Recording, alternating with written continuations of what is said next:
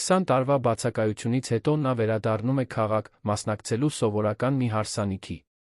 Սակայն երբ նորից հանդիպում է այն կնոջը, որը դրոշմվել էր իր պատանեկության մեջ, ներսում ամեն ինչ փլուզվում է։ Նա մնացել էր հիվանդ մորը խնամելու, իսկ նա հեռացել էր կյանքում հաջողության հասնելու համար։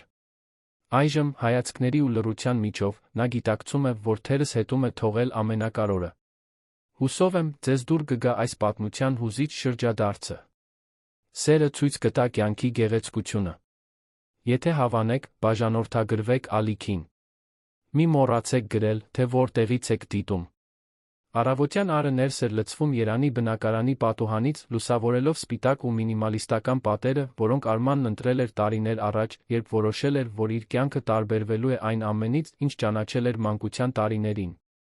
Նա կանգնած էր հայելու առաջ, ուղղելով մուգ կապույտ փողկապը, որը կատարելապես համապատասխանում էր իր հագած իտալական կոստյումին։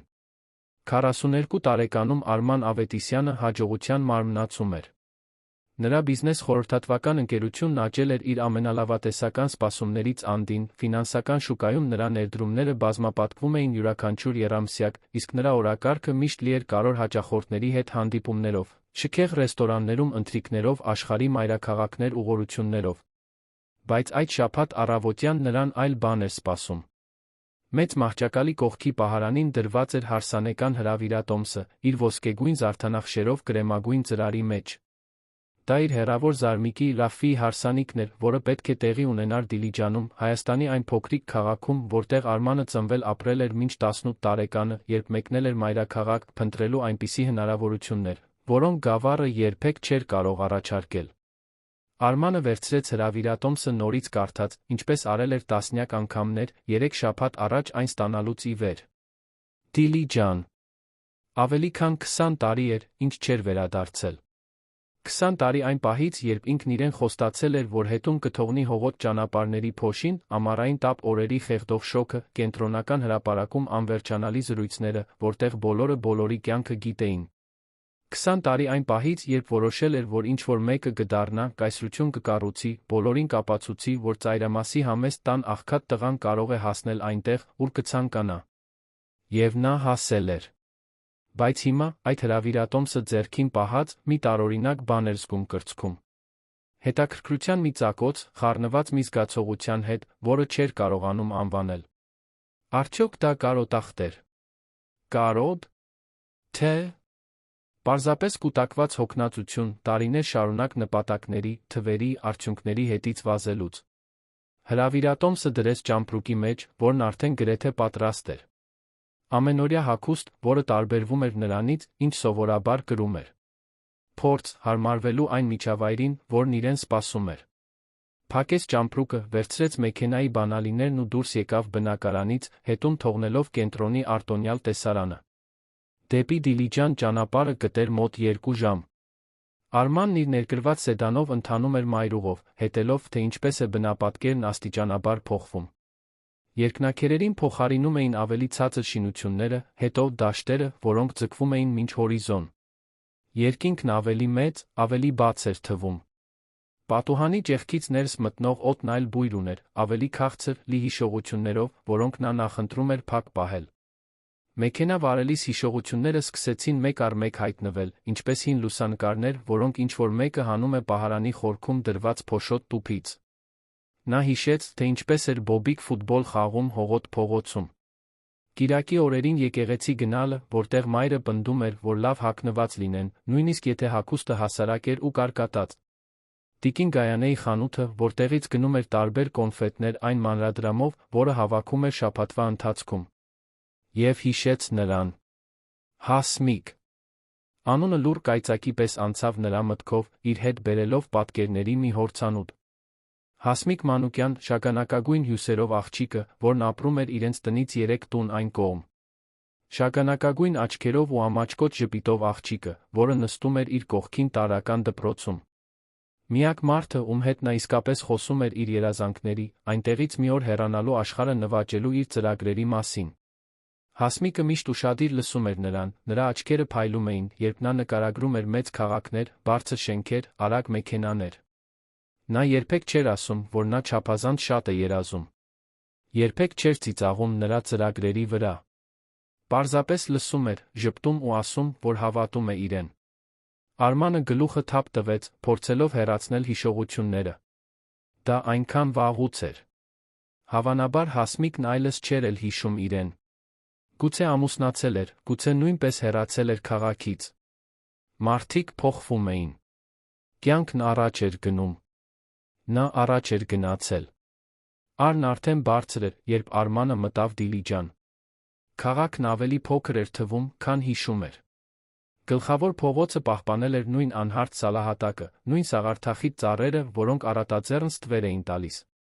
Կենտրոնական հրապարակը դեռ այնտեղ էր, մեջտեղում սպիտակ զրուցարանով, շուրջը փայտե նստարաններով։ Որոշ խանութներ փոխվել էին, մյուսները մնացել էին նույն ժամանակից խամրած ցուցանակներով։ Նա մեքենան քշեց դեպի իր մարո մորաքրոջ տուն, որտեղ պետք է մնար հանգստյան օրերին։ Տունը մեկհարկանի էր, ներկված բաց դեղին, առջում փոքրիկ պարտեզով, որտեղ հպարտորեն բացվել էին կարմիր վարդեր։ Երբ կայանեց մեքենան, դուռը բացվեց, հայտնվեց մարո մորաքույրը, ձեռքերը սրբելով ծաղկավոր գոգնոցով։ Արման, տղաս, ինչ ուրախություն է քեզ այստեղ տեսնելը, բացականչեց նա գրկաբաց ընդառաջ գալով։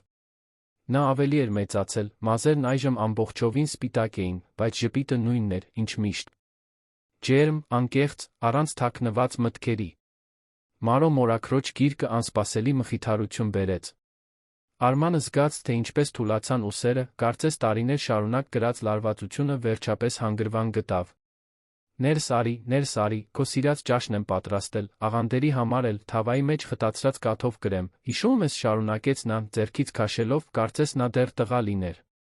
Տնից տնական ուտելիքի, արհեստական բույրեր չունեցող մաքրող միջոցների, ազնիվ պարզության բույր էր գալիս։ Արմանը նստեց խոհանոցի սեղանի մոտ, մինչ մարո մորաքույրը մատուցում էր տավարի մսով տոլմայի, բխրուն բրնձի համեմված լոբու առատ բաժինը։ Համը նրան անմիջապես տեղափոխեց մանկություն, նա աննկատ ժպտաց։ Ճաշից հետո, մինչ թուրքական սուրճ էին խմում, մարո մորաքույրը սկսեց պատմել քաղաքի նորությունները։ Ով էր ամուսնացել, ով երեխաներ էր ունեցել, ով նոր գործ էր սկսել։ Արմանը կիսաուշադիր լսում էր, մինչ մորաքույրը պատահական նշեց. Ախ, դու երի հետաքրքրված ես Հասմիկով, այնպես չէ։ Արմանը զգաց, թե ինչպես սիրտը մի փոքր արագացավ։ Բայց պահպանեց չեզոք արտահայտությունը, փորձելով պարզապես քաղաքավարի հետաքրքրված ելալ։ Հասմիկ Մանուկյանը, քո մանկության ընկերուհին, շարունակեց մարո մորաքույրը, չնկատելով նրա արձագանքը։ Խեղճ աղջիկ, տարիներ շարունակ հիվանդ մորը խնամեց։ Տիկին Կարինեն գրեթե 10 տարի անկողնային էր, ու Հասմիկը երբեք նրա կողքից չհեռացավ։ Այստեղի դպրոցում ուսուցչուհի դարձավ, բայց նրա կյանքը միշտ եղել է տուն, դպրոց, տուն։ Տիկին Կարինեն 6 ամիս առաջ կյանքից հեռացավ, աղջկան շատ խոցված թողեց։ Արմանը կրծքում սեղմոց զգաց։ Հասմիկը մնացել էր։ Հասմիկը խնամել էր մորը։ Հասմիկը երբեք չէր հեռացել, երբեք չէր ապրել, երբեք իրեն թույլ չէր տվել երազել։ Նույն տանում է ապրում, հարցրեց նա, փորձելով անփույթ հնչել։ Այո, հիմա մենակ։ Ասում են, երբեք չի ուզել ամուսնանալ, երբեք լուրջ հարաբերություններ չի փնտրել։ Քաղաքում 1-2 հոգի միշտ հետաքրքրված են եղել, բայց նա երբեք ոչ ոքի հնարավորություն չի տվել։ Շատ զուսպ կին է, գիտես։ Բայց բոլորը սիրում են նրան, հատկապես դպրոցի երեխաները։ Միշտ լավ աղջիկ է եղել այդ Հասմիկը։ Օրվա մնացած մասն անցավ մշուշի մեջ։ Արմանը փորձում էր կենտրոնանալ զրույցների, իրեն ողջունելու եկած այլ հարազատների այցելությունների, նրանց պատմած պատմությունների վրա։ Բայց նրա միտքն այլ տեղ էր։ Այն 3 տուն այն կողմ էր մի տանը, որը նա անգիր գիտեր, որտեղ շագանակագույն հյուսերով մի աղջիկ սովորաբար սպասում էր իրեն, որպեսզի միասին դպրոց գնան։ Երբ գիշերն իջավ, Արմանը դուրս եկավ քաղաքում զբոսնելու։ Փողոցները հանգիստ էին, միայն մի քանի մարդ զբոսնում էր հրապարակում, դեռահասները ծիծաղում էին զրուցարանի մոտ խմբերով, տարեց տղամարդիկ դոմինո էին խաղում լապտերների լույսի տակ գտնվող նստարաններին։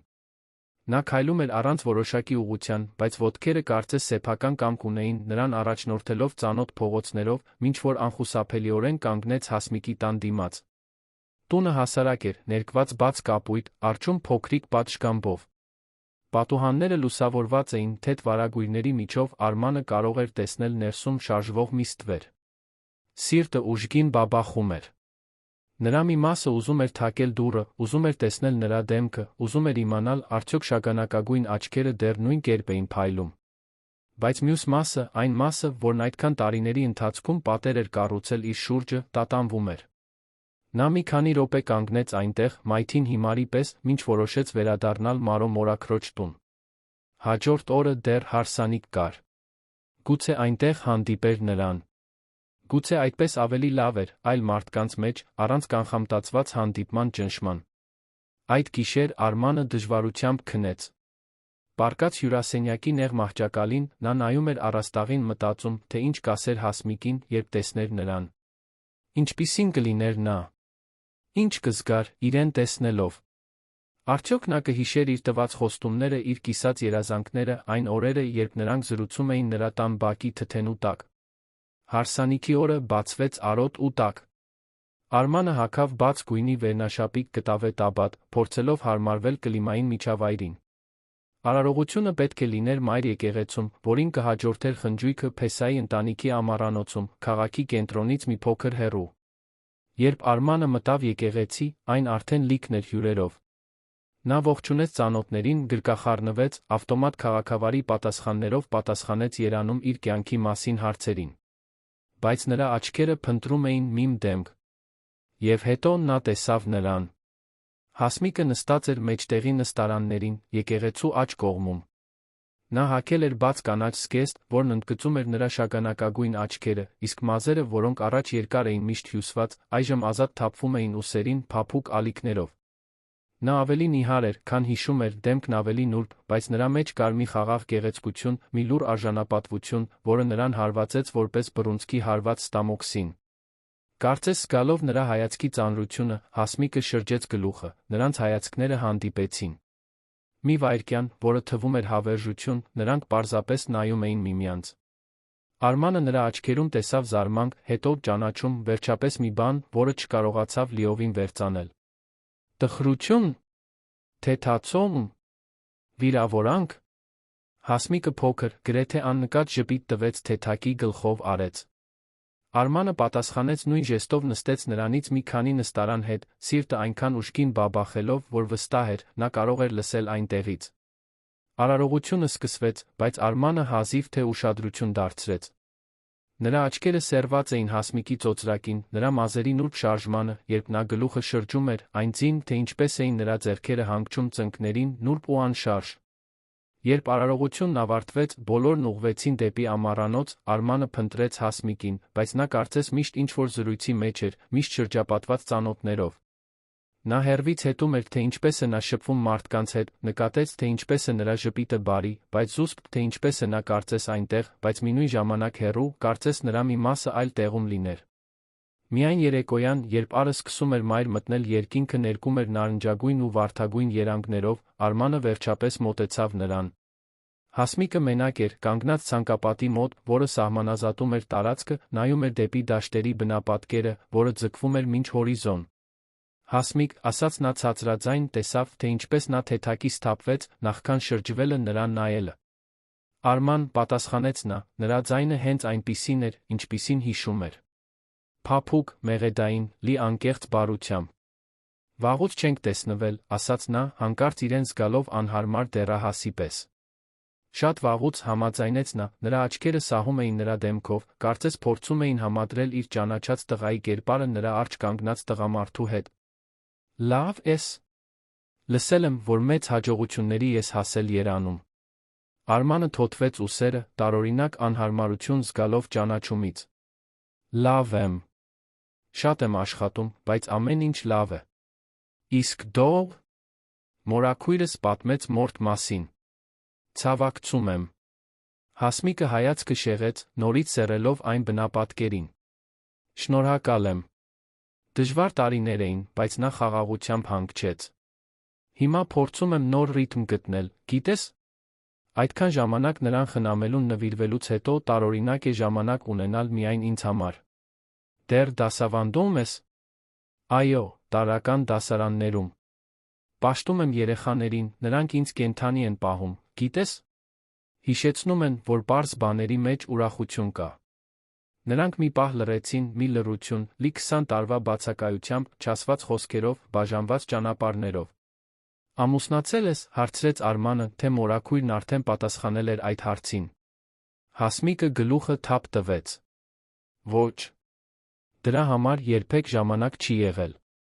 Կամ գուցե երբեք ճիշտ մարդը չի եղել։ Արմանը զգաց, թե ինչպես մի բան շարժվեց իր ներսում, մի զգացողություն, որը չէր կարողանում անվանել։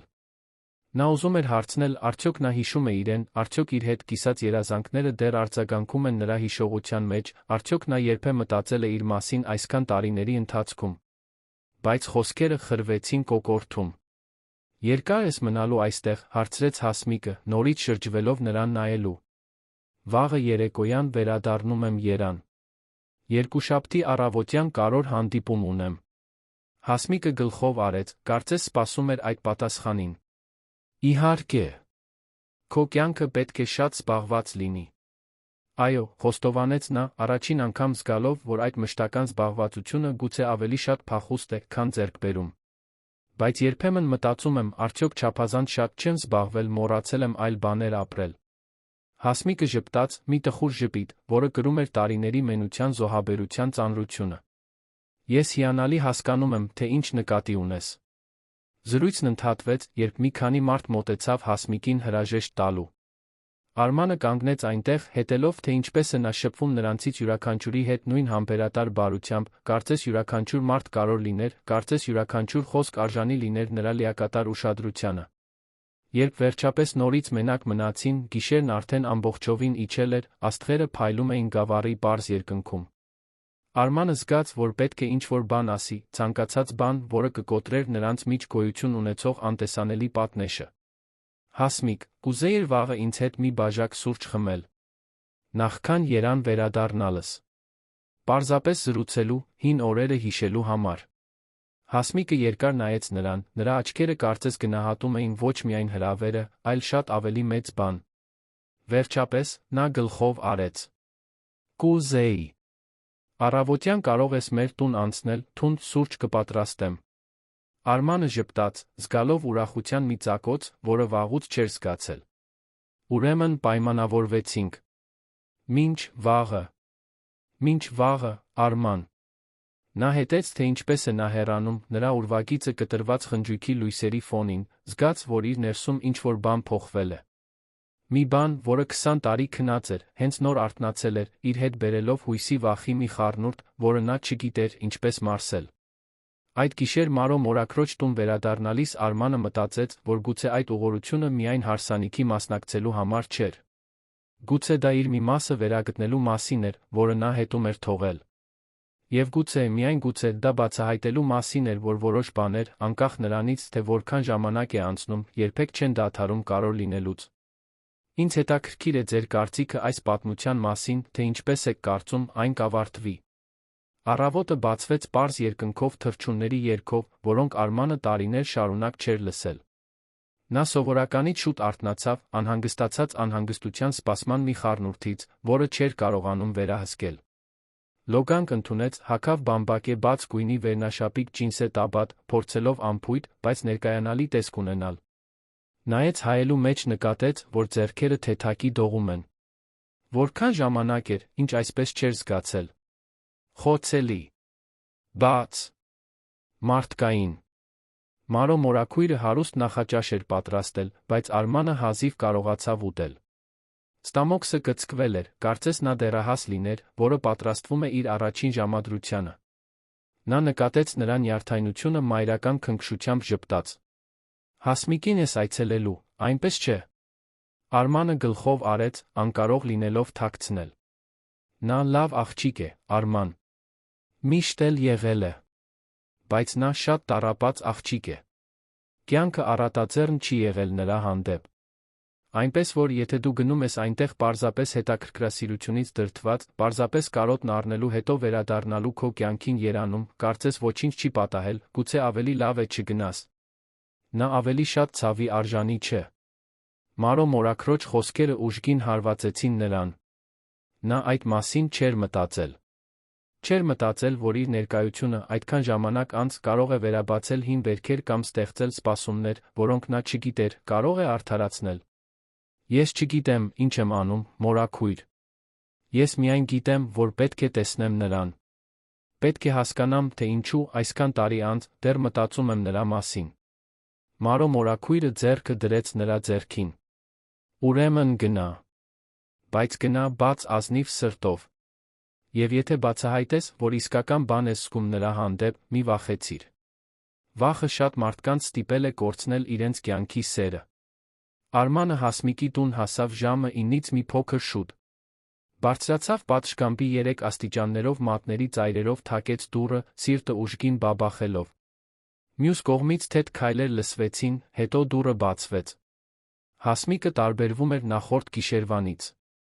Նա հագել էր բաց կապույտ բամբակե հասարակ զգեստ, առանց շպարի, մազերը հավաքված էին թույլ պոչիկով։ Մի խորը մտերմություն կար նրան այսպես տեսնելու մեջ, իր տանը, իր կյանքի ամենաանձնական միջավայրում։ Նա ժպտաց մի ամաչկոտ ժպիտ, որը լուսավորեց նրա ամբողջ դեմքը։ Ներս արի, Արման։ Սուրճը պատրաստ է։ Տունը փոքր էր, բայց հարմարավետ։ Հյուրասենյակում կար մաշված, բայց մաքուր բազմոց գրքերով լի դարակներ, պատերին հին լուսանկարներ։ Արմանը ճանաչեց դրանցից մի քանիսը։ Տիկին Կարինեն երիտասարդ, Հասմիկը երեխա, գյուղի տունը, բակում սաղարթախիտ ծառերով։ Այնտեղ մի հանգիստ կարգուկանոն կար, խաղաղության մի զգացում, որը կտրուկ հակադրվում էր երանում իր բնակվող ժամանակակից մինիմալիստական բնակարանին։ Հասմիկը նրան ուղեկցեց դեպի խոհանոց, որտեղ փոքրիկ սեղան էր գծված երկուսի համար։ Կար տնական հաց, կարագ, կարմիր հատապտուղների ջեմ, հասարակ թխվածքներ, կենտրոնում թերմոս տաք-տաք սուրճով։ Նստիր, խնդրեմ։ Հուսով եմ, թունդ սուրճ սիրում ես, որովհետև իմը կարող է նույնիսկ մեռածին արթնացնել։ Արմանը ծիծաղեց, դա անկեղծ ծիծաղ էր, առանց կորպորատիվ քաղաքավարության շերտերի, որոնք սովորաբար օգտագործում էր։ Պաշտում եմ թունդ սուրճ։ Երանում սուրճով եմ ապրում։ Նրանք նստեցին, սկսեցին լուր սուրճ խմել, մի լռություն, որն աստիճանաբար հարմարավետ դարձավ։ Արմանը հետում էր նրա շարժումներին, այն ձին, թե ինչպես էր բռնում բաժակը, ինչպես էր մանրակրկիտ խնամքով կարագը քսում հացին, ինչպես էին նրա աչքերը փայլում, երբ նայում էր խոհանոցի պատուհանից, որը բացվում էր դեպի մի փոքրիկ բակ, բերքարատ թթենիով։ Այս թթենին այստեղ է, երբ ես դեռ երեխա էի, ասաց Հասմիկը, հետելով նրա հայացքին։ Մայրս սիրում էր պտուղներով մուրաբա պատրաստել։ Ես դեռ երբեմն պատրաստում եմ, երբ լավ բերք է լինում։ Դա նրան մոտ պահելու միծ է, գիտես։ Պետք է շատ դժվար լիներ այդքան ժամանակ նրան մենակ խնամելը։ Հասմիկը գլխով արեց, նրա աչքերը մի պահ լցվեցին արցունքներով, որոնք նա թարթելով հեռացրեց։ Այո։ Բայց դա նա արտոնություն էր։ Նա ինձ ամեն ինչ տվեց, երբ ես երեխա էի, ինձ համար մայր էր, հայր։ Վերջում նրան խնամելը իմ փոխհատուցման ձն էր։ Նույնիսկ եթե դա նշանակում էր հրաժարվել որոշ բաներից։ Ինչ բաներից հրաժարվեցիր, հարցրեց Արմանը մեղմորեն։ Հասմիկը տխուր ժպտաց։ Գրեթե ամեն ինչից, ազնիվ լինելու համար։ Ընկերներից, որոնք համբերություն չունեցան սպասելու։ Ընկերություններից, որոնք քանդվեցին, որովհետև ես երբեք ազատ ժամանակ չունեի։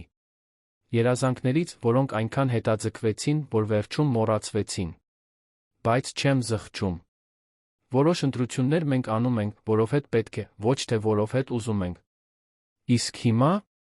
Ինչ ես ուզում անել հիմա, երբ ժամանակ ունես։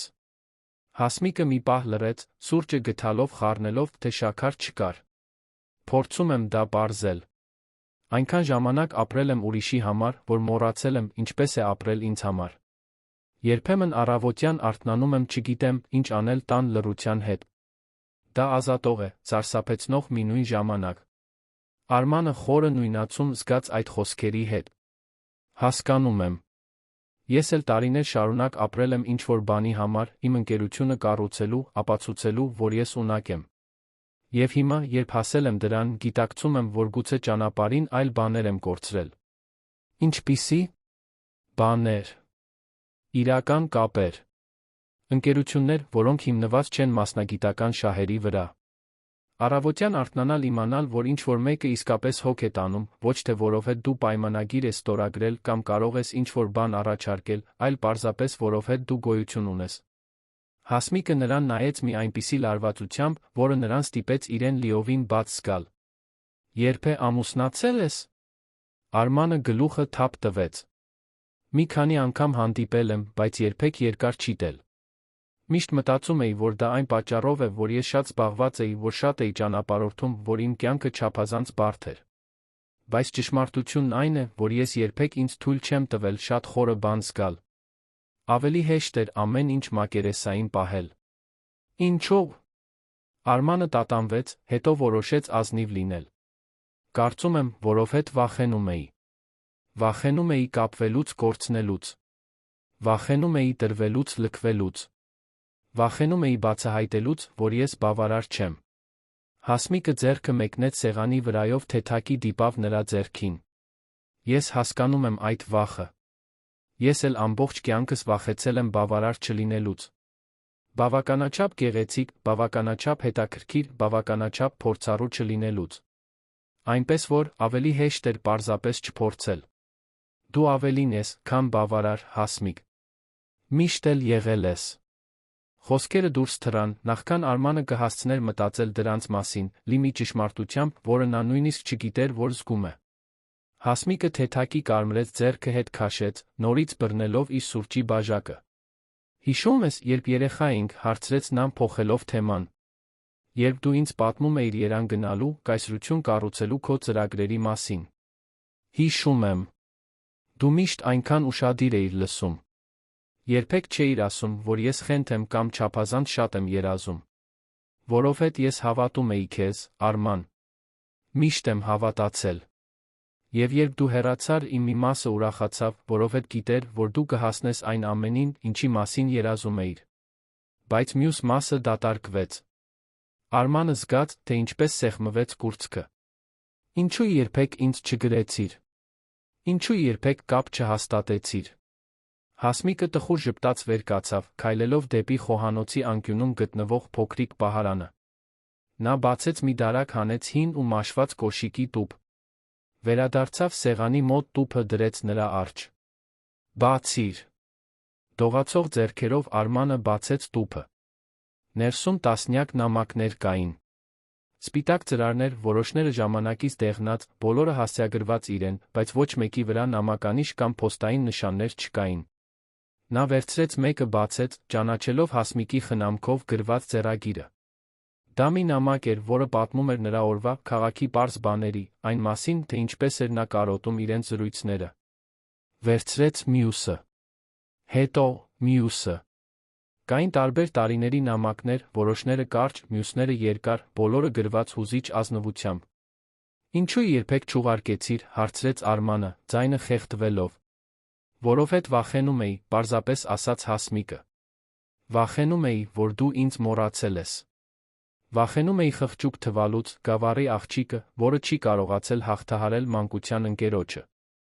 Վախենում էի խանգարել քո նոր ու կարոր կյանքին։ Այնպես որ ես գրում էի որպես քեզ մոտ պահելու միջոց, բայց երբեք քաջություն չունեի ուղարկելու։ Արմանը բռնեց նամակները, կարծես դրանք աշխարհի ամենաթանկ գանձը լինեին։ Ես քեզ երբեք չեմ մոռացել, Հասմիկ։ Այս բոլոր տարիների ընթացքում յուրաքանչյուր ձեռքբերման, յուրաքանչյուր կարոր պահի, իմ մի մասը մտածում էր, արդյոք դու դեռ այստեղ ես, արդյոք լավ ես, արդյոք երջանիկ ես։ Եվ ես միշտ այստեղ եմ եղել, սպասելով։ Ոչ ակտիվորեն, ոչ իրական հույսով։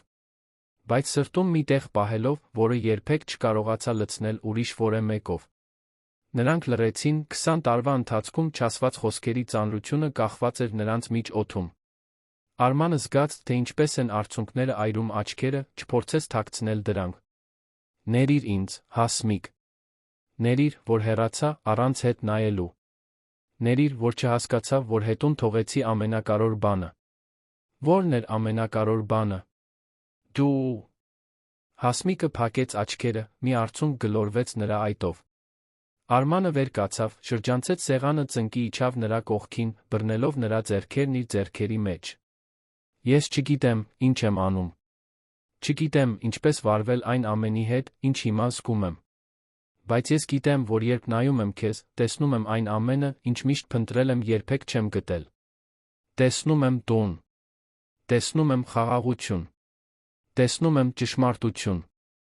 Արման, դու կարոտախտը զգացմունքի հետ ես շփոթում։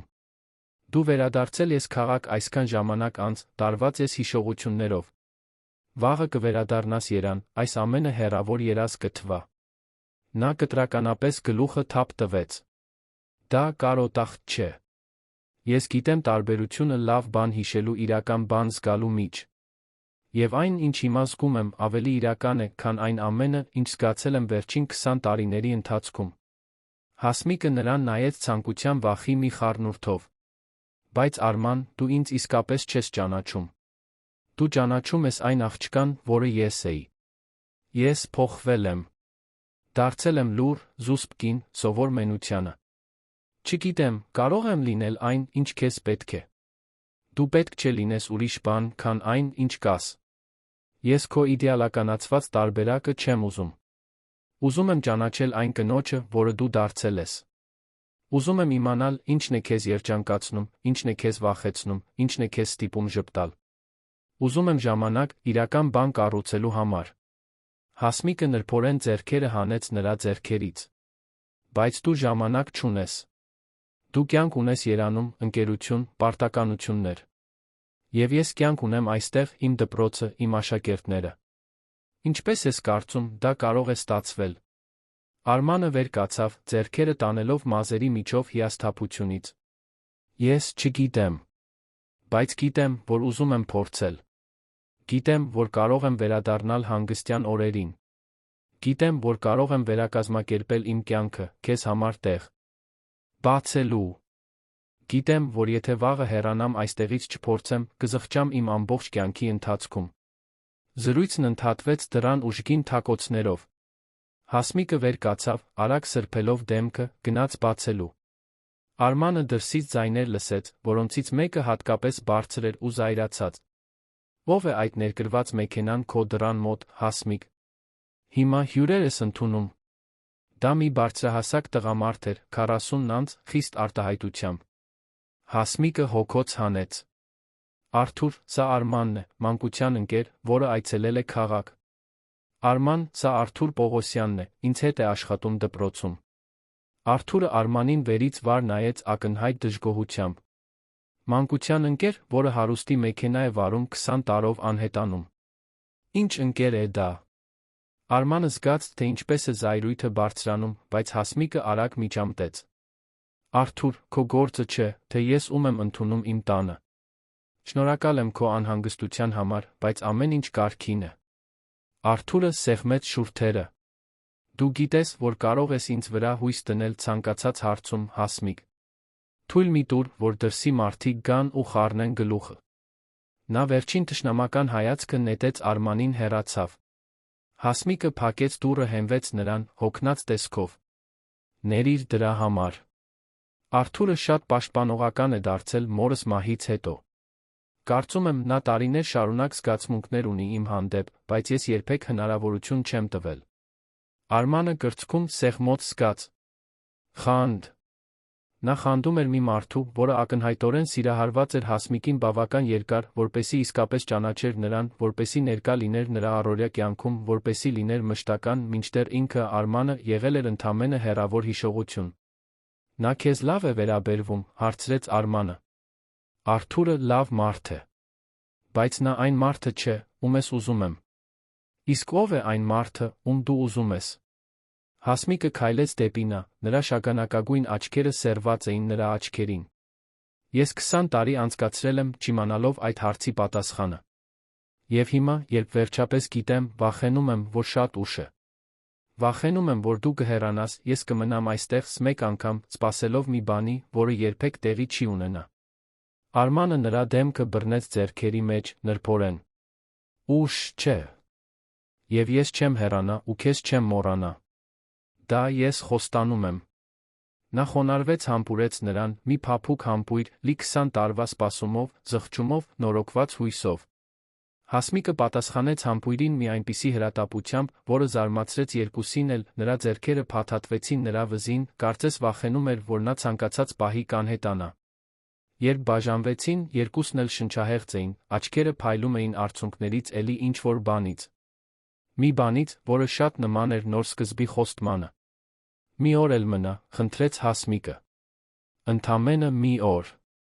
որպեսզի վստահ լինենք, որ սա իրական է»։ Արմանը գլխով արեց։ «Կմնամ։ Կչեղարկեմ երկուշաբթիի հանդիպումը։ Կմնամ այնքան, որքան քեզ պետք է հավատալու համար, որ սա ճշմարտություն է»։ Հասմիկը ժպտաց, մի անկեղծ ժպիտ, որը փոխեց նրա ամբողջ դեմքը։ Եվ երկար ժամանակ անց առաջին անգամ Արմանը զգաց, որ գտնվում է հենց այնտեղ, որտեղ պետք է լիներ։ Ոչ թե շքեղ հանդիպումների սրահներում, ոչ թե թանկարժեք ռեստորաններում, ոչ թե արտոնյալ տեսարաններով դատարկ բնակարաններում, այլ այնտեղ, այդ հասարակ խոհանոցում, այն կնոջ հետ, որը 2 տասնամյակ իր տեղը պահել էր սրտում, ապացուցելով, որ որոշ սերեր պետք չէ հասկանալ, պարզապես պետք է զգալ։ Հաջորդ օրերը Արմանի համար Արթմնի երազի պես էին։ Նա չեղարկեց ոչ միայն երկուշաբթիի հանդիպումը, այլ վերակազմակերպեց իր ամբողջ շաբաթվա օրակարգը, պարտականությունները պատվիրակելով Երանի իր թիմին հեռավար աշխատելով, երբ անհրաժեշտ էր։ Տարիներ շարունակ առաջին անգամ նրա ընկերությունը նրա բացարձակ առաջնահերթությունը չէր։ Հասմիկն էր։ Նրանք օրերն անցկացնում էին, բացահայտելով միմյանց։ Արմանն առավոտյան նրան ուղեկցում էր դպրոց պատուհանից հետում, թե ինչպես է նա դաս տալիս երեխաներին։ Հասմիկի մեջ հատուկ լույս կար, երբ նա իր աշակերտների հետ էր։ Նա դառնում էր ավելի բաց, ավելի ուրախ, կարծես երեխաները բացահայտում էին նրա մի մասը, որը սովորաբար թաքնված էր մնում։ Կեսօրին նրանք զբոսնում էին Դիլիջանի փողոցներով, այցելում վայրեր, որոնք կարող էին եղել իրենց մանկության մեջ։ Բակի թթենին, որն այլս չկար, վերածվել էր կայանատեղիի։ Արվակը, որտեղ սովորաբար խաղում էին, այժմ ավելի ծանծաղ էր ու աղտոտված։ Դպրոցը, որտեղ միասին սովորել էին, վերանորոգված, բայց դեռ ճանաչելի։ Յուրաքանչյուր վայր հիշողություններ էր արթնացնում, յուրաքանչյուր հիշողության հետ նրանք միմյանց մի փոքր ավելի լավ էին ճանաչում։ Բայց ամեն ինչ հեշտ չէր։ Քաղաքում Արմանի ներկայությունը սկսեց խոսակցությունների առիթ դառնալ։ Դիլիջանը չափազանց փոքր էր գաղտնիքների համար, լուրը, որ Երանից հաջողակ գործարարը շաբաթն անցկացնում է Հասմիկ Մանուկյանի տանը, տարածվեց կրակի պես։ Տիկին Էսթերը, Հասմիկի հարանուհին, ներկած մազերով սուր լեզվով մի կին, առաջինն էր, որ թույն սփռեց։ Նա խանութում, եկեղեցում, հրապարակում խոսում էր, որ Հասմիկը վերջապես կարողացել է մի հարուստ տղամարդու բռնել։ Որ տարօրինակ է, որ 40 տարեկան կինը երբեք լուրջ չի հանդիպել, հանկարծ հայտնվում է Երանից մի գործարարի հետ։ Որ անշուշտ թաքնված մտադրություններ կան, որ Հասմիկը հավանաբար նրա փողերի հետից է ընկել, որ հուսահատ կանայք ամեն ինչի ընդունակ են։ Բամբասանքները հասան Հասմիկի ականջին Իվետայի, դպրոցի տնօրենի նրա միակ իսկական ընկերուհու միջոցով։ Իվետան 50 տարեկան, այրի մի կին էր, որը միշտ պաշտպանել էր Հասմիկին քաղաքի բամբասանքներից։ Ուշադրություն մի դարձրու Էսթերին, խորհուրդ տվեց Իվետան, մինչ նրանք սուրճ էին խմում ուսուցչանոցում։ Այդ կինը կյանքում անելիք չունի, բացի ուրիշների մասին վատը խոսելուց։ Բոլորը գիտեն, որ դու ազնիվ մարդ ես։ Բայց Հասմիկը խոցված էր։ Արմանը նկատեց նրա մեջ փոփոխությունը։ Նա դարձավ ավելի ինքնամփոփ, ավելի հեռու։ Երբ նա հարցրեց, թե ինչ է պատահել, նա վերջապես պատմեց բամբասանքների մասին։ Արմանը կատաղեց։ Նա ուզում էր դիմակայել տիկին Էսթերին, ուզում էր հրապարակայնորեն պաշտպանել Հասմիկի պատիվը։ Բայց Հասմիկը նրան կանգնեցրեց։ Իմաստ չունի, Արման։ Որքան շատ արձագանքես, այնքան ավելի շատ վառելիք կտաս բամբասանքներին։ Սա է փոքր քաղաքի իրականությունը։ Մարդկանց պետք է ինչ-որ բան քննարկելու համար, ես միշտ հեշտ թիրախ եմ եղել, տարբերվելու, սպասվող չափանիշներին երբեք չհամապատասխանելու համար։ Բայց դու տարբերվող չես։ Դու յուրահատուկ ես։ Եվ ցանկացած մարդ, ով 2 գործող նեյրոն ունի, պետք է դա տեսնի։ Հասմիկը տխուր ժպտաց։ Բայց ոչ բոլորն ունեն 2 գործող նեյրոն։ Եվ ես սովորել եմ ապրել դրա հետ։ Ինձ անհանգստացնում են ոչ թե իմ մասին բամբասանքները, այլ այն, թե ինչ կարող են դրանք անել քեզ հետ, քո հեղինակության հետ։ Դու ընկերություն ունես, կարևոր հաճախորդներ։ Չես կարող քեզ թույլ տալ կապվել փոքր քաղաքի սկանդալների հետ։ Արմանը նրա դեմքը բռնեց ձեռքերի մեջ։ Ինձ չի հետաքրքրում իմ հեղինակությունը, եթե այն պաշտպանելը նշանակում է կորցնել քեզ։ Հասկանում ես դա։ Երանում իմ կառուցած ոչինչ ավելի արժեքավոր չէ, քան այստեղ քեզ հետ լինելը։ Խոսքերն անկեղծ էին, բայց Արմանը չէր կանխատեսել հաջորդ խոչընդոտը։ Հինգշաբթի առավոտյան, մինչ նրանք սուրճ էին խմում Հասմիկի տանը, նրանք անսպասելի այցելու ունեցան։ Դուռը բացվեց առանց թակոցի, սահեր, մարտահրավեր նետող աչքերով մի դեռահաս աղջիկ փոթորկի պես ներս մտավ։ Նա մոտ 16 տարեկան էր, հագել էր մուգ հագուստ, ծանր շպար ուներ, ակնհայտ թշնամանքով նայում էր Արմանին։ Ուրեմն դու ես երանից եկած հարուստ տղան, որը խառնում է մորաքրոջս գլուխը։ Հասմիկն արագ վեր կացավ։ Լուսինե, դու չես կարող պարզապես ներս մտնել առանց թակելու։ Եվ այդպես մի խոսիր Արմանի հետ։ Ինչու՞ ոչ։ Նա հայտնվում է ոչ մի տեղից միլիոն տարի անց, դու վերածվում ես սիրահարված դեռահասի։ Խղճուկ է։ Արմանը հետաքրքրությամբ հետում էր նրանց խոսակցությանը։ Սա Լուսինեն էր, որդեգրված զարմուհին, որի մասին նշվում էր նախաբանում։ Հասմիկը երբեք շատ չէր խոսել նրա մասին, միայն հպանցիկ նշել էր, որ զարմուհի ունի, որն ապրում է տատիկի հետ քաղաքի մյուս մասում։ Լուսինե, սա իմ տունն է, դու կհարգես իմ հյուրերին, վճռականորեն ասաց Հասմիկը։ Եթե չես կարող դա անել, կարող ես վերադառնալ տատիկի տուն։ Աղջիկը աչքերը տնկեց։ Հրաշալի է։ Միշտ այդպես է։ Երբ քեզ դուր չի գալիս այն, ինչ ասում եմ, ինձ դուրս ես անում։ Բայց ես եկել եմ, որովհետև պետք է խոսեմ քեզ հետ։ Մորս մասին է։ Հասմիկը գունատվեց։ Նրա քույրը հեռացել էր շատ տարիներ առաջ, թողնելով դստերը։ Դա ցավոտ թեմա էր, որը նա հազվադեպ էր շոշափում։ Ինչ կա մորդ հետ։ Նա զանգել է։ Ուզում է ինձ տեսնել։ Ասում է, որ փոխվել է, որ ուզում է նորից իմ կյանքի մասը լինել։ Հասմիկը ծանր նստեց աթոռին։ Այսքան տարի անց։ Այն բանից հետո, երբ լքեց քեզ, երբ դու 5 տարեկան էիր։ Ասում է, որ հիվանդ էր, որ չէր կարողանում ինձ խնամել։ Բայց հիմա լավ է, երկրորդ հնարավորություն է ուզում։ Իսկ դու ուզում ես նրան այդ հնարավորությունը տալ։ Լուսինեն պաշտպանողական կերպով խաչեց ձեռքերը։ Չգիտեմ։ Դրա համար եմ եկել քեզ հետ խոսելու։ Բայց դու չափազանց զբաղված ես քո նոր ընկերով, որպեսզի հոգ տանես։ Հասմիկը վեր կացավ, մոտեցավ զարմուհուն, ձեռքերը դնելով նրա ուսերին։ Ես միշտ հոգ եմ տանում քո մասին, Լուսինե։ Միշտ։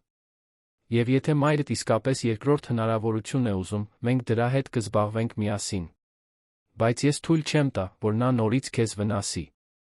Արմանը տեսարանին հետում էր կոկորդում գոյացած կոշտուկով։ Հասմիկի կյանքում այնքան շերտեր կային, որոնք նա դեռ չգիտեր։ Այնքան ցավ, այնքան լուռ գրած պատասխանատվություն։ Այն բանից հետո, երբ Լուսինեն հեռացավ, խոստանալով ավելի ուշ վերադառնալ, ավելի լավ խոսելու համար, Հասմիկը փլվեց բազմոցին, հոգնած տեսքով։ Ներիր դրա համար, ասաց նա։ Ես պետք է քեզ ավելի շուտ պատմեի Լուսինեի մասին։ Բարդ է։ Պետք չէ ներողություն խնդրել։ Ես հասկանում եմ։ Ընտանիքը բարդ բան է։ Նա տեխնիկապես իմ զարմուհին չէ։ Քույրս նրան ինձ մոտ թողեց, երբ փախավ քաղաքից, այդ ժամանակվանից ես փորձում եմ օգնել նրա դաստիարակությանը մորս հետ միասին։ Մայրիկիս մահից հետո Լուսինեն տեղափոխվեց հորական տատիկի մոտ, բայց նա անընդհատ այստեղ է գալիս, հատկապես, երբ խնդիրներ ունի։ Դու նրան սիրում ես։ Կարծես իմ դուստրը լինի։ Բայց չեմ կարողանում նրան հասնել այնպես, ինչպես կուզեի։ Նրա մեջ այնքան զայրույթ կա, այնքան վիրավորանք։ Եվ ես չգիտեմ, ինչպես օգնել։ Արմանը նստեց նրա կողքին, նրան իր գիրկը քաշեց։ Դու անում ես լավագույնը, ինչ կարող ես։ Դա պետք է ինչ-որ բան նշանակի։ Հասմիկը կուչ եկավ նրա կողքին, նրանք երկար ժամանակ այդպես մնացին, նրանց միջ հարմարավետ լռություն։ Իրավիճակն էլ ավելի բարդացավ ուրբաթ օրը, երբ Արթուրը դպրոցում հայտնվեց դասամիջոցին։ Արմանը սպասում էր Հասմիկին ընդունարանում, երբ տեսավ, որ ուսուցիչը վճռական քայլերով մոտենում է իրեն։ Մենք պետք է խոսենք, ասաց Արթուրը, նրա ձայնը ցածր էր, բայց լի լարվածությամբ։ Արմանը նրա հետից գնաց դպրոցի կայանատեղի, պատրաստ այն դիմակայությանը, որը գիտեր, որ սպասվում է։ Ինչ ես ուզում Հասմիկից, առանց շրջանցելու հարցրեց Արթուրը։ Ես նրան սիրում եմ։ Պատասխանը դուրս եկավ մի այնպիսի վստահությամբ, որը զարմացրեց հենց Արմանին։ Նա չէր ծրագրել դա ասել, չէր փորձել։ Բայց դա ամենամաքուր ճշմարտությունն էր, որը գիտեր։ Արթուրը դառնորեն ծիծաղեց։ Դու նրան սիրում ես։ Դու, որ 20 տարով անհետացար հայտնվեցիր ոչ մի տեղից։ Դու նրա մասին ոչինչ չգիտես։ Չգիտես, թե ինչպես է նա տառապել, ինչպես է մորը մենակ խնամել, ինչպես է գիշերներով լացել, երբ Կարինեի վիճակը վատանում էր։ Դու այստեղ չէիր։ Ես էի։ Դու ճիշտ ես, խոստովանեց Արմանը։ Ես այստեղ չէի։ Եվ ես ամեն օր զղջում եմ դրա համար։ Բայց ես հիմա այստեղ եմ։ Եվ չեմ հեռանալու։ Որքան ժամանակով։ Մինչ հոգնես նորությունից։ Մինչ փոքր քաղաքի կյանքը ձանձրալի դառնա։ Մինչ հիշես, որ Երանում ընկերություն ունես, որը քո ուշադրությունն է պահանջում։ Արմանը մի քայլ առաջ արեց, նայելով Արթուրի աչքերին։ Այնքան, որքան անհրաժեշտ է։ Ես կվերակազմակերպեմ իմ ամբողջ կյանքը, եթե պետք լինի։ Որովհետև Հասմիկն ավելի արժեքավոր է, քան ցանկացած բիզնես, ցանկացած հանդիպում, ցանկացած բան, որ ես կառուցել եմ։ Արթուրը բռունցքները սեղմեց։ Դու նրան կվնասես։ Ես գիտեմ, որ կվնասես։ Եվ երբ դու դա անես, ես այստեղ կլինեմ կտորները հավաքելու համար։ Ինչպես միշտ եմ եղել։ Ես նրան չեմ վնասի։ Սա իմ խոստումն է։ Արթուրը գլուխը թափ տվեց։ Քո նման տղամարդկանց խոստումները ոչինչ չարժեն։ Դու սովոր ես ստանալ այն, ինչ ուզում ես, երբ ուզում ես։ Հասմիկը բիզնես չէ, որը կարող ես փակել հետո մոռանալ։ Նախքան Արմանը կկարողանար պատասխանել, Հասմիկը հայտնվեց կայանատեղիում, նրա դեմքը գունատ էր անհանգստությունից։ Ինչ է կատարվում այստեղ։ Արթուրը շրջվեց դեպի նա։ Ես պարզապես հասկացնում եմ քո ընկերոջը, որ դու միանգամյա օգտագործման խաղալիք չես։ Որ եթե նա քեզ վնասի, պետք է պատասխան տա ինձ։ Հասմիկը քայլեց դեպի Արթուրը, ձեռքը դրեց նրա թին։ Արթուր, ես գիտեմ, որ դու անհանգստանում ես ինձ համար։ Եվ շնորհակալ եմ դրա համար, իսկապես։ Բայց ես ուզում եմ, որ դու հասկանաս, որ իմ ընտրություններն իմն են։ Եվ ես ընտրել եմ հնարավորություն տալ այն ամենին, ինչ ես Արմանը կարող ենք ունենալ։ Դու կզղջաս, ցածրաձայն ասաց Արթուրը։ Գուցե։ Բայց դա իմ իրավունքն է, զղջալ իմ սեփական ընտրությունների համար, ոչ թե այն ընտրությունների, որոնք ուրիշներն են անում իմ փոխարեն։ Արթուրը երկար նայեց նրան, հետո ծանր գլխով արեց հեռացավ։ Արմանը տեսավ ցավը նրա աչքերում, մեղքի զգացում ունեցավ։ Նա ապակայունացնում էր այն մարդկանց կյանքը, որոնք իրենց առօրյան կառուցել էին Հասմիկի շուրջ, որոնք սիրում էին նրան իրենց ձով։ Այդ գիշեր Արմանն ու Հասմիկը ընթրեցին նրա տանը։ Նա հասարակ, բայց համեղ ուտեստ էր պատրաստել, նրանք կերան խորհրդածական լռության մեջ։ Ընթրիքից հետո նստեցին հյուրասենյակի բազմոցին, Հասմիկը վերջապես բարձրաձայնեց այն, ինչ մտածում էր։ Արման, ես ուզում եմ, որ դու ազնիվ լինես ինձ հետ։ Լիովին ազնիվ։ Դու իսկապես կարծում ես, որ սա կարող է ստացվել։ Մեր կյանքերն այնքան տարբեր են։ Դու սովոր ես շքեղության, ճանապարհորդությունների, աշխույժ կյանքի։ Ես փոքր քաղաքի ուսուցչուհի եմ, որը երբեք Հայաստանից դուրս չի եկել, որը նույն զգեստը հագնում է 3 տարբեր առիթների, որը ամենամեծ հաճույքը համարում է ամիսը մեկ անգամ Հարան քաղաքում կինո գնալը։ Արմանը բռնեց նրա ձեռքերը։ Դու կարծում ես, որ ինձ դա հետաքրքրում է։ Հասմիկ, ես ունեմ այն ամենը, ինչ փողը կարող է գնել։ Շքեղ բնակարան, ներկրված մեքենա, բրենթային հագուստ։ Եվ գիտես, ինչ է այս ամենն ինձ բերել։ Մենություն։ Դատարկության մշտական զգացում։ Այն զգացումը, որ իմ ձեռք բերած ոչինչ իրական իմաստ չունի, որովհետև ես իսկական մարդ չունեմ, ում հետ կիսվեմ։ Բայց դու կարող ես ինչ-որ մեկին ունենալ Երանում։ Մեկին, ով ավելի լավ կհամապատասխանի քո կյանքին այնտեղ։ Ես չեմ ուզում մեկին, ով կհամապատասխանի իմ կյանքին այնտեղ։ Ես քեզ եմ ուզում։ Եվ եթե դա նշանակում է փոխել իմ կյանքը, ուրեմն դա էլ կանեմ։ Ես արդեն սկսել եմ։ Ավելի շատ պարտականություններ եմ պատվիրակել, գործադիր տնօրեն եմ վարձել, ընկերության առօրյա գործերը ստանձնելու համար։ Ես հիմա կարող եմ աշխատել ցանկացած վայրից։ Ես կարող եմ մնալ այստեղ։ Հասմիկը գլուխը թափ տվեց։ Չեմ ուզում, որ դու հրաժարվես քո կյանքից ինձ համար։ Արդար չի լինի։ Դու այնքան բան ես կառուցել, այնքան շատ ես աշխատել հասնելու համար այնտեղ, որտեղ հիմա ես։ Իսկ եթե մի քանի ամսից զղջաս, եթե զգաս, որ չափազանց շատ բան ես զոհաբերել, ուրեմն դու չես հավատում մեզ։ Հարցը դուրս եկավ ցավով լի, Հասմիկը տեսավ արցունքները, որոնք փայլում էին նրա աչքերում։ Ես ուզում եմ հավատալ, բայց վախենում եմ։ Վախենում եմ լիովին տրվելուց հետո քեզ կորցնելուց, երբ դու հասկանաս, որ ես բավարար չեմ։ Որ քեզ ավելին է պետք, քան ես կարող եմ առաջարկել։ Ես երբեք լուրջ չեմ հանդիպել, Արման։ Երբեք չեմ ապրել այն, ինչ դու ինձ առաջարկում ես։ Իսկ եթե չիմանամ, ինչպես դա ճիշտ անել։ Արմանը նրան մոտ քաշեց, քնքշորեն համբուրելով ճակատը։ Ուրեմն միասին կսովորենք։ Ես էլ չգիտեմ, ինչպես դա ճիշտ անել։ Իմ բոլոր հարաբերությունները մակերեսային են եղել, հիմնված ֆիզիկական գրավչության կամ հարմարավետության վրա։ Բայց քեզ հետ այլ է։ Քեզ հետ ես ուզում եմ առավոտյան արթնանալ սուրճ պատրաստել։ Ուզում եմ վիճել հիմար բաների շուրջ։ Ուզում եմ իրական հիշողություններ կառուցել։ Ուզում եմ ծերանալ քո կողքին հետ նայել առանց զղջումների։ Հասմիկը փակեց աչքերը, թույլ տալով, որ արցունքներն ազատ հոսեն։ Նա այս պահի մասին երազել էր այնքան տարիներ, որ հիմա, ապրելով այն, չափազանց անիրական էր թվում, ճշմարիտ լինելու համար։ Բայց իրականությունը պատրաստվում էր նոր մարտահրավեր բերել։ Շաբաթ առավոտյան, մինչ Արմանը ստուգում էր իր էլեկտրոնային նամակները, նա անսպասելի զանգ ստացավ։ Դա Մարկոսն էր, նրա գործընկերը Երանից, մի նորությամբ, որը կարող էր ամեն ինչ փոխել։ Արման, դու պետք է շտապ գաս Երան, առանց նախաբանի ասաց Մարկոսը։ Գլոբալ կոնսալթինգը հետաքրքրված է միաձուլման առաջարկ անելով։ Նրանք ուզում են հանդիպել երկուշաբթի առավոտյան։ Գլոբալ կոնսալթինգը տարածաշրջանի խոշորագույն խորհրդատվական ընկերություններից մեկն էր։ Նրանց հետ միաձուլումը կնշանակեր Արմանի ընկերության արժեքը տասնապատկել, գուցե ավելին։ Կնշանակեր միջազգային ընդլայնում, գրասենյակներ բացել այլ երկրներում, հասնել մի մակարդակի, որի մասին նա միշտ երազել էր։ Բայց դա նա կնշանակեր վերադառնալ Երան։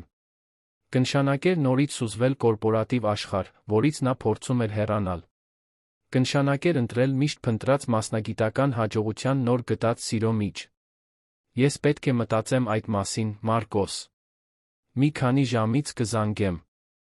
Արմանն անջատեց հեռախոսը, երկար կանգնեց, Մարո մորաքրոջ տան հյուրասենյակի պատուհանից նայելով Դիլիջանի հանգիստ փողոցներին։ Նրա մի մասը, այն մասը, որը կառուցել էր իր կայսրությունը, գոռում էր ընդունել հանդիպումը, չվատնել նման հնարավորությունը։ Բայց մյուս մասը, այն մասը, որը վերջին օրերին վերածնվել էր Հասմիկի կողքին, դիմադրում էր վերադառնալու գաղափարին։ Հասմիկը նկատեց նրա լարվածությունը, երբ նա ավելի ուշ եկավ իր տուն։ Ինչ է պատահել, հարցրեց նա, նրա շագանակագույն աչքերը լի անհանգստությամբ։ Արմանը պատմեց զանգի, առաջարկի, իր արժ ծառացած ընտրության մասին։ Հասմիկը լուր լսում էր, նրա դեմքն աստիճանաբար գունատվում էր։ Դու պետք է գնաս, վերջապես ասաց նա, նրա ձայնը զուսպ էր, բայց դողացող։ Սա անհավանական հնարավորություն է։ Դու չես կարող այն բաց թողնել ինձ համար։ Սա բաց թողնելու հարց չէ։ Սա առաջնահերթությունների հարց է։ Եվ իմ առաջնահերթությունը հիմա դու ես։ Մենք ենք։ Հասմիկը գլուխը թափ տվեց, արցունքները լցվեցին նրա աչքերը։ Ոչ։ Ես չեմ կարող լինել պատճառը, որ դու հրաժարվես քո երազանքներից։ Ես չեմ կարող այդ բեռը գրել։ Եթե դու մնաս հետո զղջաս, եթե մի օր նայես ինձ մտածես, թե ինչ կարող էր լինել, եթե այլ ընտրություններ կատարեիր, ես դրան չեմ դիմանա։ Արմանը բռնեց նրա ուսերը։ Հասմիկ, լսիր ինձ։ Ես արդեն հասել եմ իմ մասնագիտական երազանքներին։ Արդեն ապացուցել եմ այն, ինչ ուզում էի ապացուցել, արդեն կառուցել եմ այն, ինչ ուզում էի կառուցել։ Եվ գիտես, ինչ եմ բացահայտել։ Որ այս ամենը նշանակություն չունի, եթե ես մեկը չունեմ, ում հետ կիսվեմ։ Այս միաձուլումը կարող է ինձ ավելի շատ փող, ավելի շատ հեղինակություն բերել։ Բայց դա ինձ երջանկություն չի բերի։ Դու ես ինձ երջանկություն բերում։ Հասմիկը դեմքը ծածկեց ձեռքերով, հեկեկալով։ Ես այնքան եմ վախենում։ Վախենում եմ, որ դու կմնաս կզղջաս։ Վախենում եմ, որ ես բավարար չեմ լինի փոխհատուցելու այն, ինչից դու հրաժարվում ես։ Վախենում եմ լիովին տրվելուց հետո քեզ կորցնելուց։ Արմանը նրան իր գիրկը քաշեց, պահելով, մինչ նա լացում էր։ Նա հասկանում էր նրա վախը։ Հասկանում էր, որովհետև ինքն էլ էր զգում։ Բայց կյանքում առաջին անգամ նա պատրաստ էր ռիսկի դիմել, ամեն ինչ դնել մի բանի վրա, որը չէր կարող վերահսկել կամ կանխատեսել։ Ես քեզ մի առաջարկ կանեմ, մեղմորեն ասաց նա։ Ես կգնամ Երան այդ հանդիպմանը։ Կլսեմ, թե ինչ ունեն ասելու։ Բայց ես ոչ մի որոշում չեմ կայացնի առանց քեզ։ Երեքշաբթի օրը կվերադառնամ այստեղ, մենք միասին կորոշենք, ինչ անել։ Միասին, Հասմիկ։ Որովհետև այսպես եմ ուզում, որ լինի այսուհետ։ Մենք երկուսս, միասին որոշումներ կայացնելով։ Հասմիկը մի փոքր հեռացավ, նրա աչքերին նայելու։ Խոստանում ես, որ լավ կմտածես։ Որ իմպուլսիվորեն չես հրաժարվի կարևոր բանից։ Խոստանում եմ։ Բայց դու էլ պետք է ինձ ինչ-որ բան խոստանաս։ Խոստացիր, որ չես փախչի։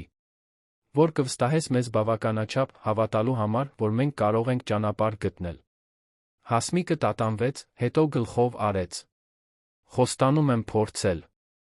Արմանը գիրակի երեկոյան մեկնեց Երան։ Երկուշաբթիի հանդիպումը այն ամենն էր, ինչ Մարկոսը խոստացել էր, ավելին։ Global Consulting-ի առաջարկն արտասովոր էր։ Ոչ միայն միաձուլում, այլ ամբողջական ընդլայնում, որտեղ Արմանը ստանձնում էր տարածաշրջանային բաժանմունքի գործադիր։ Տնօրենի պաշտոնը։ Գրասենյակներ Մոսկվայում, Փարիզում, Դուբայում։ Մի աշխատավարձ, որը նրա ներկայիս կարողությունը համեստ կդարձներ։ Մի պաշտոն, որը նրան կդասեր մայրցամաքի ամենահաջողակ գործադիրների շարքին։ Նա ուշադիր լսեց ամեն ինչ, ճիշտ հարցեր տվեց, հետաքրքրություն ցուցաբերեց։ Բայց երբ պատասխան խնդրեցին, նա ասաց, որ մի քանի օր պետք է մտածելու համար։ Արման, սա եզակի հնարավորություն է, պնդեց Global Consulting-ի ներկայացուցիչը։ Մենք սովորաբար պատասխանների չենք սպասում։ Մենք այլ հետաքրքրված թեկնածուներ ունենք։ Ուրեմն առաջարկն արեք նրանց, հանգիստ պատասխանեց Արմանը։ Որովհետև ես նման մասշտաբի որոշում չեմ կայացնի, առանց հաշվի առնելու իմ կյանքի բոլոր ասպեկտները։ Եվ եթե դա նշանակում է կորցնել հնարավորությունը, ուրեմն թող այդպես լինի։ Նա երեքշաբթի օրը վերադարձավ Դիլիջան, ինչպես խոստացել էր։ Գտավ Հասմիկին դպրոցում, որը անհամբեր սպասում էր իրեն։ Նրանք գնացին նրա տուն, նստեցին հյուրասենյակում, իրար դիմաց։ Արմանը պատմեց հանդիպման, առաջարկի, դրա բացած հնարավորությունների մասին։ Հասմիկը լսում էր, չընդհատելով, նրա դեմքը զգացմունքային վերահսկողության դիմակ էր։ Իսկ ինչ որոշեցիր, հարցրեց նա, երբ նա ավարտեց։ Դեռ չեմ որոշել։ Որովհետև պետք է իմանամ, թե դու ինչ ես ուզում։ Պետք է իմանամ, արդյոք դու պատրաստ ես ինձ հետ ռիսկի դիմել։ Ես չեմ խնդրում, որ դու լիովին փոխես քո կյանքը, որ թողնես քո աշխատանքը կամ քաղաքը։ Բայց ես խնդրում եմ, որ դու հավատաս, որ մենք կարող ենք հավասարակշռություն գտնել։ Որ ես կարող եմ պահպանել իմ ընկերությունը, գուցե ընդունել առաջարկի մի մասը, բայց ամեն ինչ վերակազմակերպել այնպես, որ կարողանամ այստեղ լինել քեզ հետ ժամանակի մեծ մասը։ Ինչպես դա կանես։ Արմանը շատ էր մտածել այդ մասին վերջին օրերին։ Ես կհրաժարվեմ միջազգային գործադիր տնօրենի պաշտոնից։ Բայց կընդունեմ լինել ավագ խորհրդատու, ինչը ինձ թույլ կտա հեռավար աշխատել ժամանակի մեծ մասը։ Տուն կգնեմ այստեղ, Դիլիջանում, այն կվերածեմ իմ հիմնական գրասենյակի։ Կմեկնեմ Երան, երբ անհրաժեշտ լինի, բայց միշտ կվերադառնամ։ Միշտ կվերադառնամ քեզ մոտ։ Իսկ եթե դա չստացվի։ Իսկ եթե բացահայտես, որ պետք է ավելի շատ այնտեղ լինես, քան այստեղ։ Ուրեմն կհարմարվենք։ Հասմիկ, կատարյալ բանած գոյություն չունի։ Ես չեմ կարող քեզ խոստանալ, որ հեշտ կլինի։ Բայց կարող եմ խոստանալ, որ ամեն օր կպայքարեմ դրա համար։ Որ դու կլինես իմ առաջնահերթությունը։ Որ մենք միասին կյանք կկառուցենք, ինչպիսին էլ այն լինի։ Հասմիկը փակեց աչքերը, երբ նորից բացեց, դրանցում մի վճռականություն կար, որը Արմանը երբեք չէր տեսել։ Լավ։ Ես վստահում եմ քեզ։ Վստահում եմ մեզ։ Լուրը, որ Արմանը Դիլիջանում տուն է գնում, արագ տարածվեց քաղաքում։ Արձագանքները խառն էին։ Ոմանք աջակցում էին ասելով, որ գեղեցիկ է տեսնել իսկական սիրո ծաղկումը։ Մյուսները տիկին Էսթերի գլխավորությամբ շարունակում էին թույն սփռել, ասելով, որ դա երկար չի տի, որ դա պարզապես ձանձրացած հարուստի քմահաճույք է։ Բայց Արմանին դա չէր հետաքրքրում։ Նա գտավ մի տուն այն փողոցի վերջում, որտեղ ապրում էր Հասմիկը, մի հին, բայց ամուր կառույց, որը վերանորոգման կարիք ուներ։ Վարձեց տեղի բանվորների, ներդրում կատարեց քաղաքի տնտեսության մեջ, սկսեց կապեր հաստատել տարածաշրջանի գյուղացիական տնտեսությունների հետ, խորհրդատվություն առաջարկելով փոքր բիզնեսներին։ Համայնքը սկսեց նրան այլ աչքով նայել։ Նա պարզապես երանից եկած հարուստը չէր։ Նա մեկն էր, ով ներդրում էր կատարում քաղաքում, աշխատատեղեր ստեղծում, մարդկանց օգնում։ Դանդաղ, դիմադրությունը սկսեց նվազել։ Բայց դեռ խոչընդոտներ կային։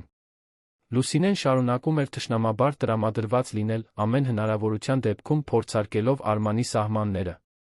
Հասմիկի քույրը Մարինեն վերադարձել էր քաղաք, ստեղծելով ընտանեկան լարվածություն, որը Արմանը պետք է զգուշորեն հաղթահարեր։ Եվ լինում էին պահեր, երբ նա կարոտում էր Երանի ադրենալինը, մշտական մարտահրավերները, աշխույժ կյանքը։ Բայց երբ այդ կասկածները ծագում էին, նա նայում էր Հասմիկին։ Տեսնում էր, թե ինչպես է նա ծաղկում ամեն օր, ինչպես է նրա ժպիտն ավելի հաճախակի դառնում, ինչպես են նրա աչքերը փայլում, երբ միասին էին։ Եվ հասկանում էր, որ ճիշտ ընտրություն է կատարել։ Դիլիջան վերադառնալուց 3 ամիս անց քաղաքը պատրաստվում էր քաղաքի օրվա տոնախմբությանը, ամենամյա միջոցառման, որը համախմբում էր ամբողջ համայնքին։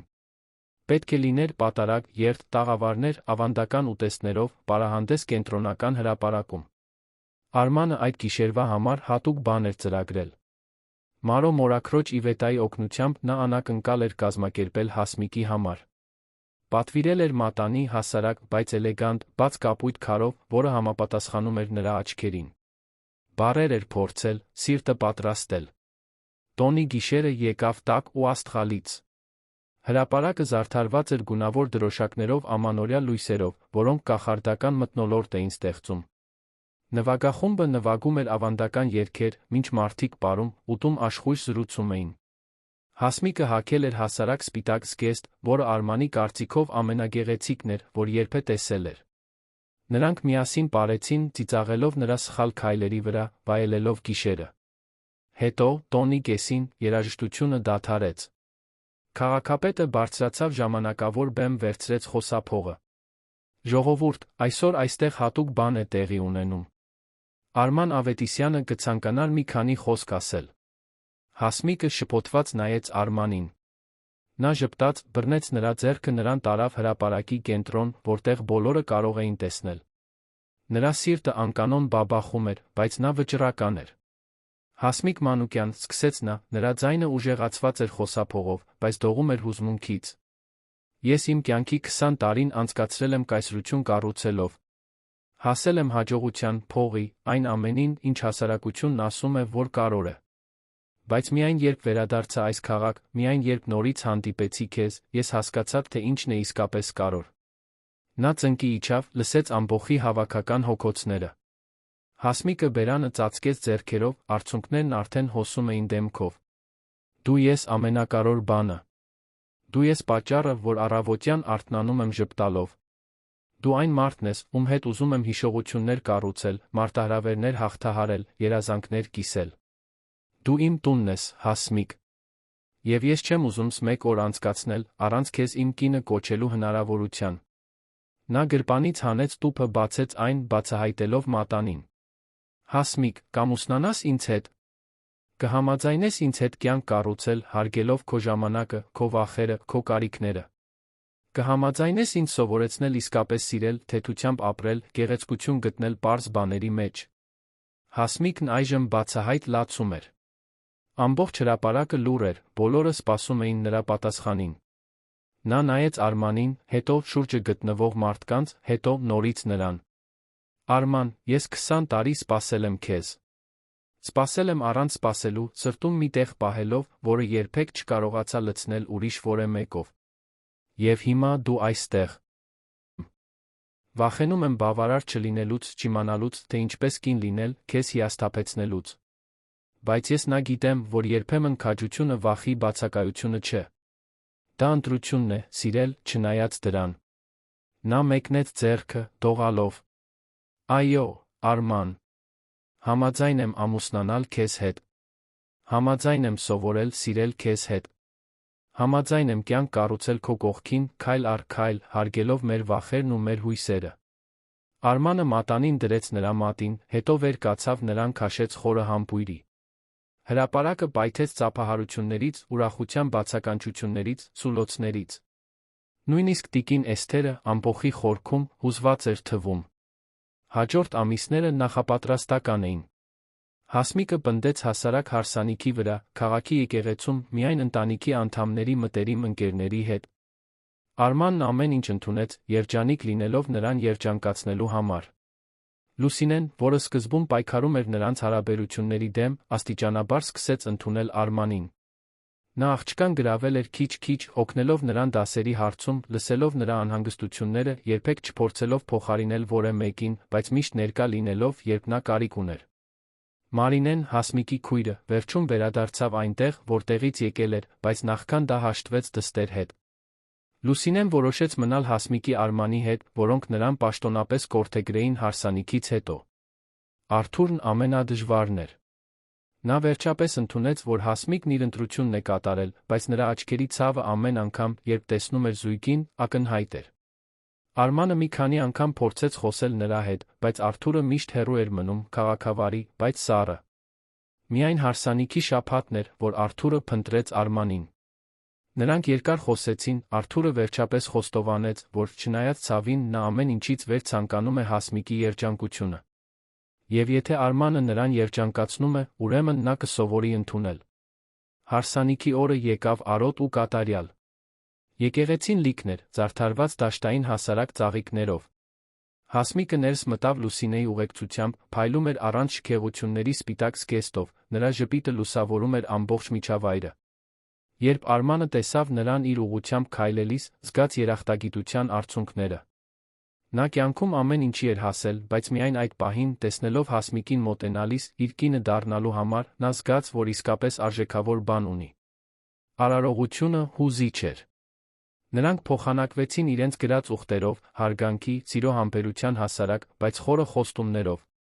Երբ քահանան նրանց հայտարարեց ամուսիններ, համբույրը կնքեց ոչ միայն ամուսնություն, այլ երկու կյանքերի փրկությունը, որոնք վերջապես գտել էին իրենց նպատակը։ Խնջույքը ուրախ էր անկաշկանդ։ Արմանը պարեց Հասմիկի հետ աստղերի տակ, զգալով, որ գտնվում է հենց այնտեղ, որտեղ պետք է լիներ։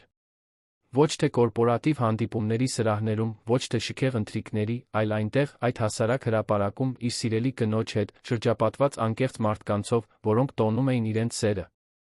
Ավելի ուշ, երբ նրանք մենակ էին այն տանը, որն այժմ կիսելու էին, Հասմիկը վերջապես բարձրաձայնեց այն, ինչ զգում էր։ Շնորհակալ եմ, մեղմորեն ասաց նա։ Ինչի՞։ Համար։ Ինձ հավատացնելու համար, որ ես բավարար եմ։ Ինձ ցույց տալու համար, որ սերը կարող է ծաղկել նույնիսկ այսքան ժամանակ անց։ Իմ կյանքը վերաիմաստավորելու համար։ Արմանը քնքշորեն համբուրեց նրա ճակատը։ Այդ ամենը դու արեցիր ինձ համար, Հասմիկ։ Դու ինձ սովորեցրիր, թե ինչն է իսկապես կարոր։ Սովորեցրիր, որ հաջողությունը չի չափվում փողով կամ պաշտոններով, այլ իրական պահերով, անկեղծ կապերով, սիրելիդ կողքին արթնանալով իմանալով, որ ճիշտ կյանք ես ապրում։ Նրանք պառկեցին գրկախառնված, պատուհանից նայելով Դիլիջանի աստղալից երկնքին։ Եվ իրենց կյանքում առաջին անգամ երկուսն էլ լիակատար խաղաղություն զգացին։ Վստահություն, որ անկախ նրանից, թե ինչ մարտահրավերներ կգան, միասին կհաղթահարեն։ Որ իրենց սերը ծնված մանկության մեջ, տարիներով մոռացված, պատահականորեն վերագտնված, իրական էր հարատ։ Արմանը պահեց իր խոստումները։ Վերակազմակերպեց իր կյանքը ներկա լինելու համար, երան մեկնելով միայն այն դեպքում, երբ բացարձակապես անհրաժեշտ էր։ Ներդրում կատարեց Դիլիջանի համայնքում, օգնելով փոքր արտադրողներին, աշխատատեղեր ստեղծելով, վերածվելով քաղաքի անբաժանելի մասի։ Նրա ընկերությունը շարունակեց բարգավաճել, բայց այժմ ավելի մեծ նպատակով, քան պարզապես շահույթը։ Հասմիկը շարունակեց դասավանդել, բայց այժմ մի թեթությամբ, որը նախկինում չուներ։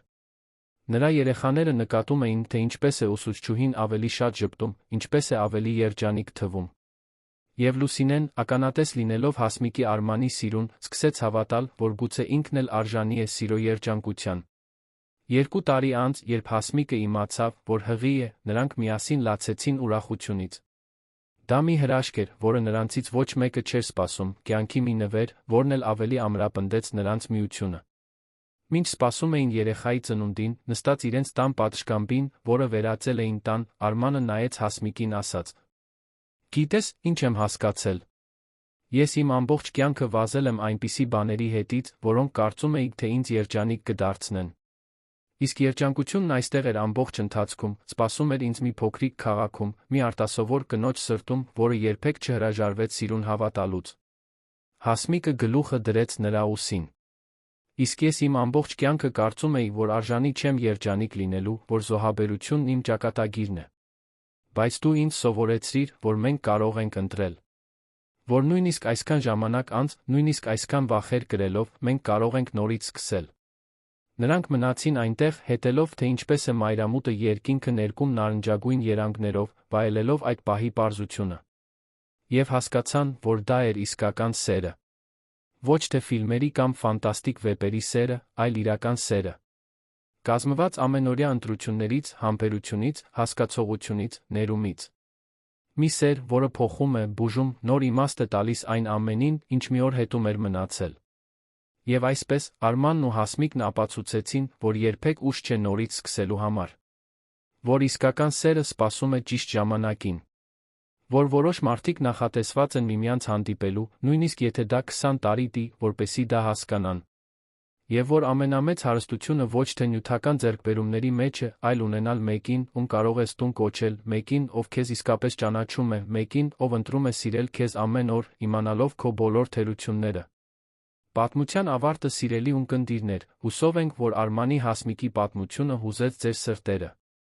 Եթե դուք հուզվեցիք սիրո, ներման նոր սկզբի այս ճանապարհորդությունից, թողեք ձեր հավանումը։ Բաժանորդագրվեք ալիքին մեկնաբանություններում պատմեք, թե ինչն է ձեզ ամենաշատը տպավորել այս պատմության մեջ։ Դուք հավատո՞ւմ եք երկրորդ հնարավորություններին։ Երբ է հետում թողել եք հատուկ մեկին զղջացել։ Կիսվեք ձեր փորձով մեզ հետ։ Ամեն օր մենք ներկայացնում ենք այսպիսի լարված պատմություններ, որոնք բացահայտում են մարդկային հոգու ամենախորը կողմերը, մեզ հիշեցնում, որ իսկական սերը կարող է ծաղկել ցանկացած պահի, փոխելով մեր կյանքն այնպիսի ձևով, որոնք երբեք չէինք պատկերացնի։ Մի մոռացեք ակտիվացնել ծանուցումների զանգակը, որպեսզի բաց չթողնեք մեր հուզիչ պատմություններից ոչ մեկը։ Սպասում ենք ձեզ հաջորդ թողարկմանը, որտեղ ձեզ սպասում է սիրո հաղթահարման հույսիս մեկ պատմություն։ Մինչ շուտով։